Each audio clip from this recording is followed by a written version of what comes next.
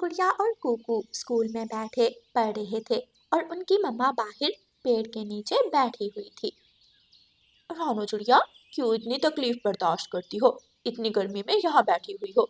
कल तुम्हारे बच्चे पढ़कर तुम्हें क्या फायदा देंगे? गोरी बहन, माँ बाप की ख्वाहिश होती है कि उनके बच्चे पढ़ लिख कर बड़े कामयाब पक्षी बने। मेरी भी यही ख्वाहिश है। मैं नहीं जानती कल मेरे बच्चों की तालीम का मुझे फ़ायदा होगा या नहीं, लेकिन मैं उन्हें पढ़ाना चाहती हूँ। मैंने तो अपने जग्गू को काम धंधे पर लगा दिया है। सुबह जाता है और शाम को 100 का नोट लेकर घर आता है। छुट्टी की घंटी बजती है तो बच्चों से ज़्यादा मम्मा चिड़िया खुश होती है। मम्मा चिड़िया अपने दोनों बच्चों को लेकर घर की तरफ उड़ती है। गुड़िया कुकू बेटा, आप अपना हाथ मुंह धो लो और मैं आपके लिए खाना बना देती हूँ। मम्मा, आप भी तो हमारी तरह थकी हुई आई हैं। आप भी थोड़ा आराम कर लें। नहीं मेरी बेटी, मम्मा कभी नहीं थकती। मम्मा चिड़िया रसोई में जाती है और अपने बच्चों का खाना बनाती है और अपने बच्चों को खाना देकर जंगल चली जाती है। तोते भैया, घर की खिड़की टूटी हुई है। मुझे कुछ लकड़ियों की ज़रूरत है। क्या आपके पास कुछ लकड़ियाँ हैं? नहीं रानो चिड़िया, मेरे पास लकड़ियाँ तो नहीं है। आप कबूतर के पास जाओ, कबूतर के पास कुछ लकड़ियाँ पड़ी हैं। रानो चिड़िया सीधी कबूतर के पास जाती है और कबूतर से कुछ लकड़ियाँ मांगती है। हाँ रानो बहन, मेरे पास ये लकड़ियाँ ज्यादा हैं। आप ये लकड़ियाँ ले जाओ और अपने घर की खिड़की ठीक कर लो। मम्मा चिड़िया को अपने बच्चों की पढ़ाई के साथ साथ बाहर के सारे काम करना पड़ते हैं। दिन के सारे काम खत्म करके जब मम्मा चिड़िया अपने बच्चों को लेकर रात को घर में लेटती तो उसे बहुत सुकून मिलता। मम्मा, जब हम पढ़ लिख कर बड़े हो जाएंगे तो हम आपको कोई काम नहीं करने देंगे। मैं जानती हूँ मेरे बच्चों, मेरे बच्चे मेरा बहुत ख्याल रखेंगे। इसीलिए तो मैं चाहती हूँ मेरे बच्चे पढ़ लिख कर बड़े पक्षी बन जाएं। मम्मा मम्मा, देखो आज मैं 200 रुपए कमा कर लाया हूँ। हाय, मेरे बेटे ने तो आज कमाल कर दिया। वाह वाह, आज तो मैं पूरे जंगल में मिठाई बांटूंगी। गौरी कवि मिठाई लेकर रानो चिड़िया के पास जाती है। लो मिठाई खाओ, मेरा बेटा अब ज्यादा कमाई करने लगा है। इसी खुशी में मैं पूरे जंगल में मिठाई बांट रही हूँ। गौरी बहन, ये जग्गू के पढ़ने के दिन थे और आपने उसे काम धंधे पर लगा दिया। अपने बच्चों को तू पढ़ा, मैं तो नहीं पढ़ाऊंगी। मेरा जग्गू कमा कर लाता है और मेरा पेट भरता है। एक सुबह तेज बारिश हो रही थी। उस दिन दोनों बच्चों का पेपर था, लेकिन मम्मा चिड़िया तेज बारिश में अपने बच्चों को लेकर स्कूल की तरफ जाती है। मम्मा, ऐसी बारिश में आप यहाँ कैसे बैठेंगी? आप हमारे साथ क्लास में आ जाएं। नहीं बच्चों, मेरे पास छाता है। मैं यहाँ ठीक हूँ। आप जाएं और अपना पेपर ध्यान से करें। दिन रात की सख्त मेहनत के बाद चिड़िया अपने बच्चों को पढ़ा लेती है। गुड़िया डॉक्टर बन जाती है और कूकू को भी अच्छी जॉब मिल जाती है। आज मम्मा चिड़िया के दिन बदल गए थे। मम्मा चिड़िया बहुत खुश थी। मम्मा, आज मेरे पास आपके लिए एक बहुत बड़ा सरप्राइज है। आप मेरे साथ चलें। लेकिन कहाँ कहाँ जाना है गुड़िया बेटी? फिर गुड़िया अपनी मम्मा को थोड़ी दूर एक तरफ ले जाती है। सामने एक बड़ा सा घर था। मम्मा देखें, ये घर हमारा है। अब हम उस पुराने घर में नहीं बल्कि इस बड़े घर में रहेंगे। ये मैंने आज ही खरीदा है। ये सुनकर मम्मा चिड़िया बहुत खुश होती है और अपनी बेटी को गले से लगा लेती है। मम्मा चिड़िया के सफलता के चर्चे दूर दूर तक थे। अब तो गौरी कवि भी रानो चिड़िया को इज्जत की निगाह से देखती थी। काश मैंने भी रानो चिड़िया की तरह अपने जग्गू को पढ़ाया होता तो आज मेरा जग्गू बेटा भी कामयाब पक्षी बना होता। मम्मा, मुझे तो कोई सब्जियां तोड़ने के लिए भी नहीं रखता।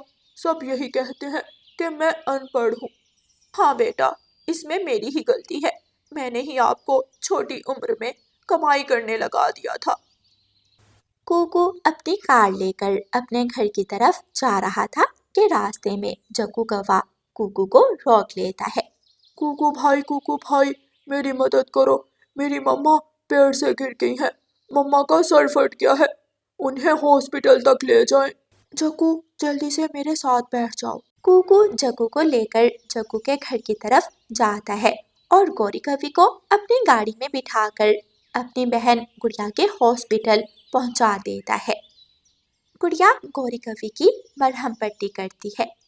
गौरी आंटी, अब आप ठीक हैं, आप शाम तक मेरे पास ही रहें। शाम को कुकू भाई आपको घर छोड़ आएंगे। गुड़िया बेटी, आज मुझे मालूम हुआ कि रानो चिड़िया ने अपने बच्चों को क्यों पढ़ाया था। एक पढ़ा लिखा पक्षी और अनपढ़ पक्षी कभी बराबर नहीं हो सकते। फिर शाम को कुकू गौरी कवि को अपनी गाड़ी में बिठाकर उसके घर छोड़ आता है। घर जाकर गुड़िया अपनी मम्मा को बताती है। मम्मा मम्मा, पता है आज गौरी आंटी पेड़ से गिर गई थी और फिर कुकू भाई उन्हें मेरे पास हॉस्पिटल ले आए थे। मैंने गौरी आंटी के मरहम पट्टी की। बेटी गुड़िया, ना जाने उनके घर में कुछ खाने को भी होगा या नहीं। मैं अभी उनको कुछ खाने के लिए देकर आती हूँ। फिर मम्मा चिड़िया कबूतर की दुकान पर जाती है और कबूतर की दुकान से कुछ खाने पीने की चीजें लेकर बैग में डालती है। रानो चिड़िया, गौरी कवि ने हमेशा तुम्हें बुरा भला कहा, लेकिन आज तुमने साबित कर दिया कि नेकी हमेशा जीत जाती है। हाँ कबूतर भैया, मैंने हमेशा खुद पर भरोसा किया, मेहनत की और अपने बच्चों को पढ़ाया, अच्छे काम किए और मुझे उसी का सिला मिला है।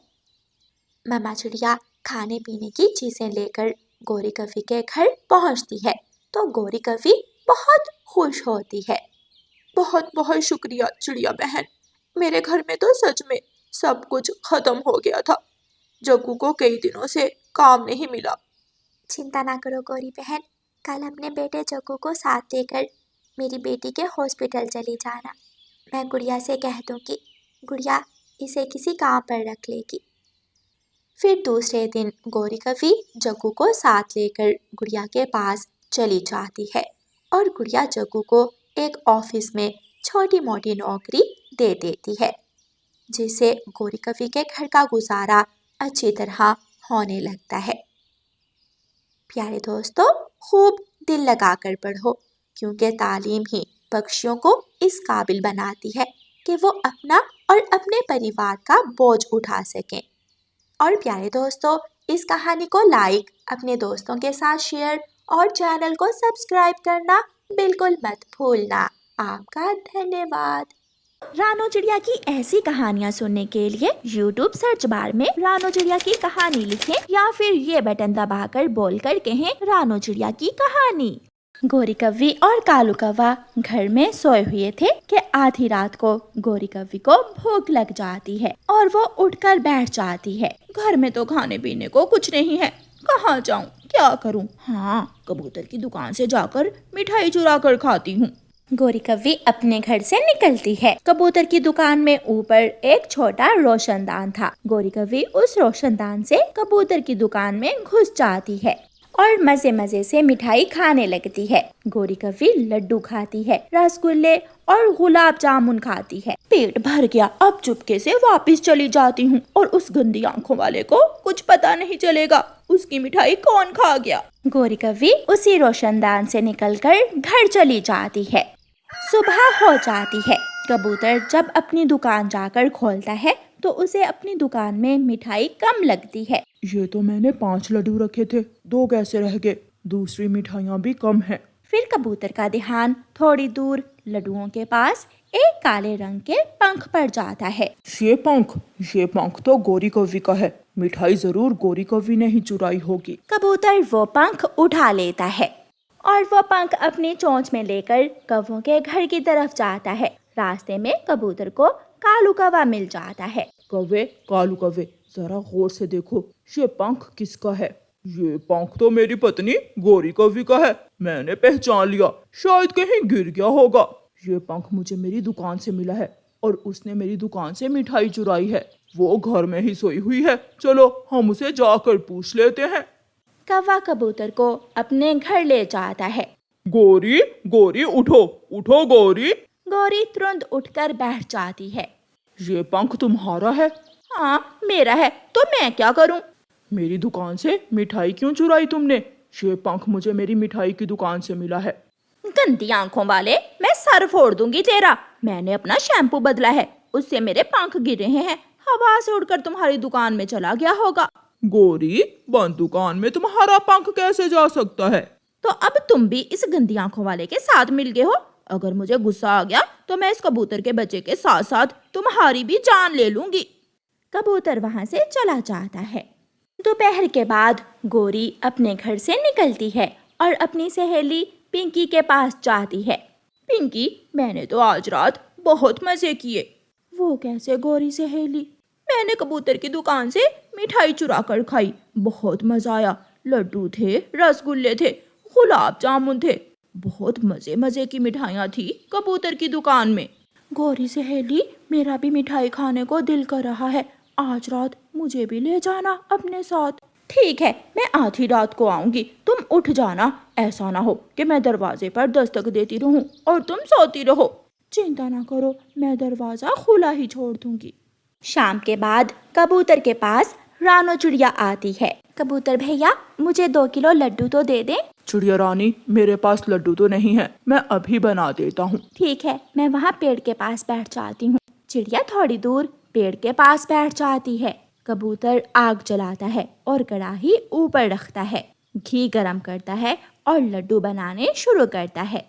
गोरी कव्वी अपने घर जाकर कालू कव्वे से कहती है, कालू जल्दी से सो जाओ, मुझे नींद आ रही है। तुम्हें मुझे सुलाने की इतनी जल्दी क्यों होती है?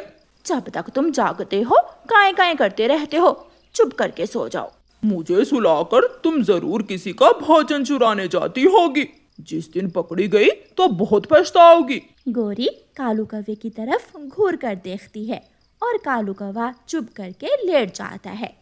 रात हो जाती है। चिड़िया कबूतर से लड्डू लेकर चली जाती है और कबूतर गरम गरम घी वाली कढ़ाई अपनी दुकान में रखकर दुकान बंद कर देता है और अपने घर चला जाता है।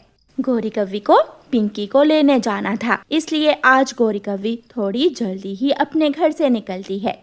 पिंकी, ओ पिंकी, उठो, जल्दी करो, चलो कबूतर की मिठाई खाने जाते हैं। बाहर कोई है तो नहीं? कोई नहीं है, सब पक्षी अपने अपने घोंसलों में सो रहे हैं। पिंकी और गोरी कव्वी जाती हैं और उसी रोशनदान से जिससे हर रोज गोरी कबूतर की दुकान में जाती थी, कबूतर की दुकान में चली जाती हैं।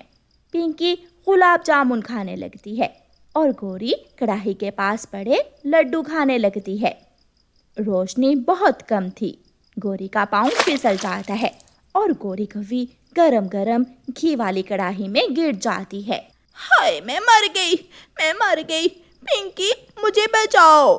गोरी के सारे पंख जल जाते हैं। पिंकी गोरी को कढ़ाई से बाहर निकालती है। उसका शरीर लाल हो चुका था और बुरी तरह जल चुका था। सारी रात गोरी दुकान में ही सुबह होने का इंतजार करती है। पिंकी उसके पास बैठी हुई थी। सुबह हो जाती है। कबूतर दुकान खोलता है तो दुकान में गोरी और उसकी सहेली पिंकी बैठी हुई थी। चोर चोर चोर, गोरी फंस गई।